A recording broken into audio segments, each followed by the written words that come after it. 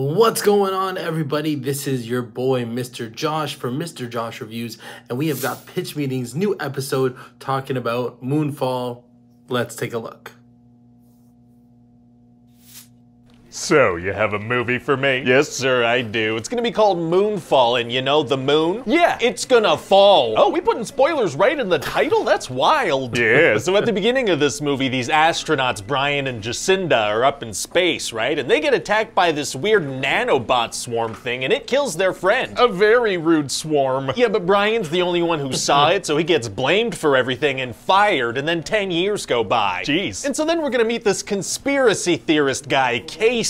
And what's his deal? Well, he loves Elon Musk and he has IBS, irritable bowel syndrome. Why bring that up? That's character development. No, it's not. Yeah, it is, and we're gonna bring it up a lot. All right. So he thinks the moon is a megastructure and he sees that its orbit is changing, so he goes to see Brian for help. Okay. And then the moon's gonna start messing with gravity. It's gonna make this big old tsunami. Uh-oh. Yeah, so Casey and Brian have to run up to the top floor of this building and then they go to sleep. They go to bed. Yeah, they're sleepy now. It's time for bed. It seems like they should figure out how to get out of there. Yeah, they're real sleepy though. So then Jacinda, who's now the head of NASA, sends a helicopter to pick them up because she wants Brian's help. How does she know where they are? Unclear. So she tells Brian she wants him to go to the moon and save the world, but he's like, I got my own problems down here. He has more important stuff to do than saving the world. Yeah, he's a busy guy. All right. So anyway, then he finally agrees and it's time to go. Wait, so what's the plan exactly? Oh, well, see, it turns out NASA knew about the nanobot swarm thing like years ago, and they started this project to make an EMP to stop it. They didn't finish the project? Now they scrapped it because of budgetary concerns, so they just accepted that the moon might kill them someday? Yeah, because the budget just wasn't really making sense. Okay, so they grab an old space shuttle from a museum and it's time to go. I don't think those are operational, but they might be. So they have this team of some of the best people in the world prep this thing, but it starts leaking coolant. Oh. So Jacinda gets on a loudspeaker and is like, well, we tried, everybody. Time to get out of here and go home. Everybody just takes off immediately. Nobody tries to fix it. Yeah, they just get out of there instantaneously, yeah. To just go die? To go die, that's right, because there's some coolant leaking, so one of the engines is iffy. Wow, well, it's gonna be hard to get to the moon with the shuttle messed up, I guess. Actually, it's gonna be super easy. Barely an inconvenience. Oh, really? Yeah, see, they realize they can just go without that engine. What? Yeah, the moon's making gravity all weird anyway, so they don't really need it. They sent everybody away because of a thing they don't actually need? Yeah, because now this forces just the main characters onto the space shuttle. That's a good point. So Brian and Jacinda and Casey get on the shuttle, and they're actually these two tech guys left, so they help them launch, but there's a big gravity wave on the way. Uh-oh. And the two tech guys get on a helicopter and try to leave as well. Do they make it? Almost, but instead of flying the helicopter upwards, the pilot flies it directly into the tidal wave, so.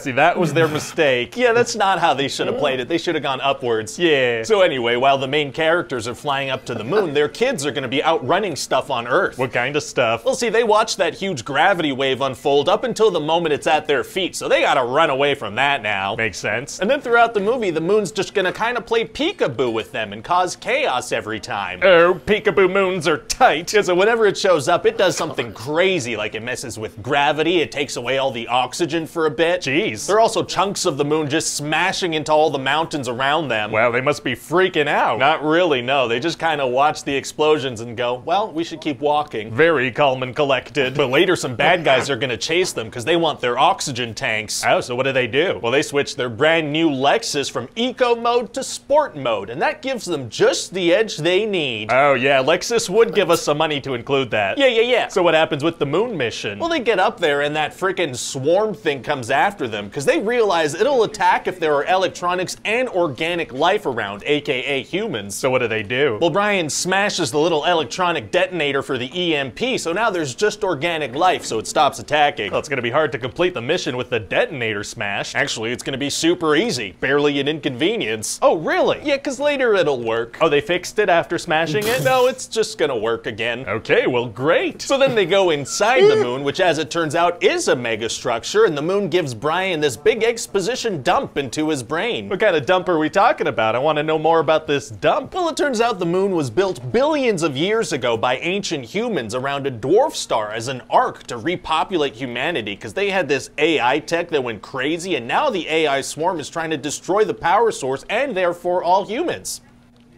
Yeah, sure, that may as well happen. It's gonna. So now the good guys need to team up with the moon to destroy the swarm. They team up with the moon? Yeah, the moon turns out to be a great ally. In fact, down on Earth, one of the characters is like, the moon is going to help us, and she lifts a full tree off of Brian's sun. A very helpful moon. But now the characters gotta hurry up because the President of the United States wants to nuke the moon. The moon is falling to the Earth and they want to nuke it. That's the plan. Blow up the moon with a nuclear bomb. I'm a professional screenwriter. Oh.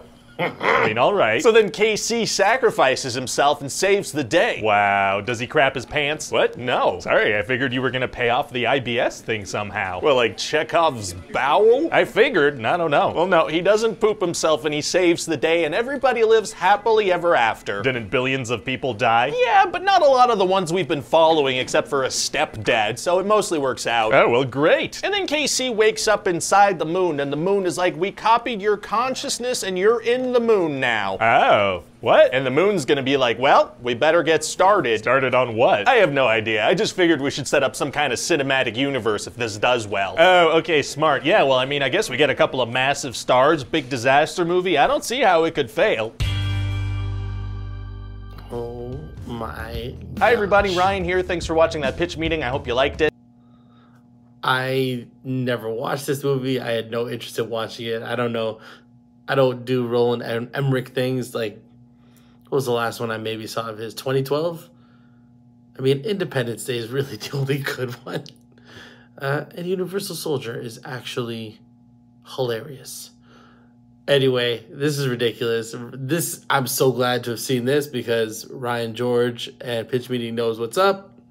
This is why I haven't watched the movie. Have you seen it? Let me know what you think. Leave your comments down below, and we'll catch you on the next one.